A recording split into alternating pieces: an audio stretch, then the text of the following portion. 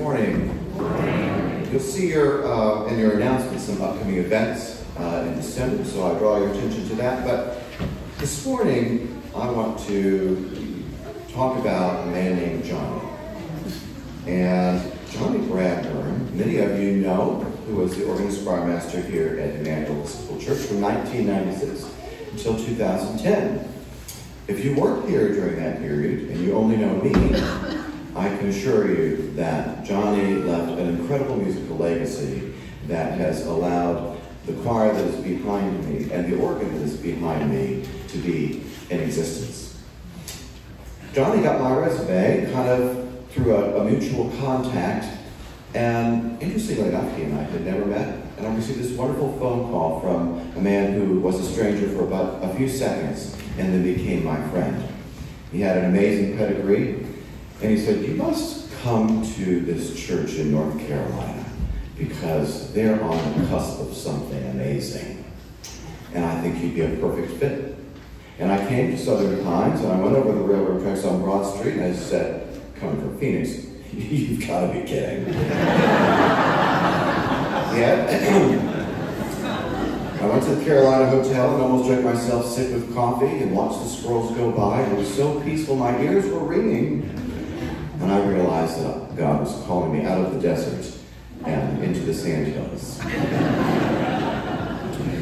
In 2011, Johnny retired from music ministry in this place. He served as my assistant for a brief period. He got married, traveled the world, ran off to Scotland for 6 months at a time, but was still very much a part of the church. But there was a lot going on in the parish at that time. And unfortunately, a proper retirement celebration for Johnny never happened. We didn't have a big party, we didn't collect purse. Johnny was being Johnny, and unfortunately, we didn't honor him in the way that he so justly deserved.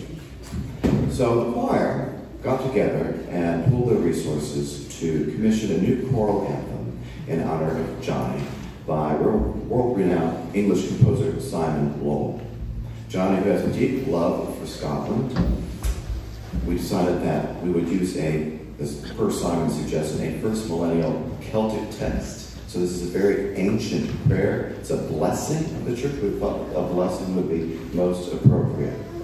Now, for the musicians in the room, if you are really, really paying attention, there's a ninefold amen at the end.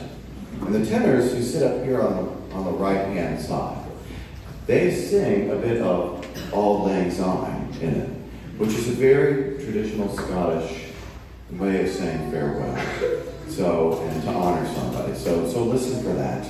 And so Johnny, I'm sorry that this comes so late. Johnny would you please stand just a minute, Johnny? Can you help him, really? Just so people know who he is. He's here in these, I saw him stand earlier, I know he can do it. He's in these 3 rows with his 4 children and family.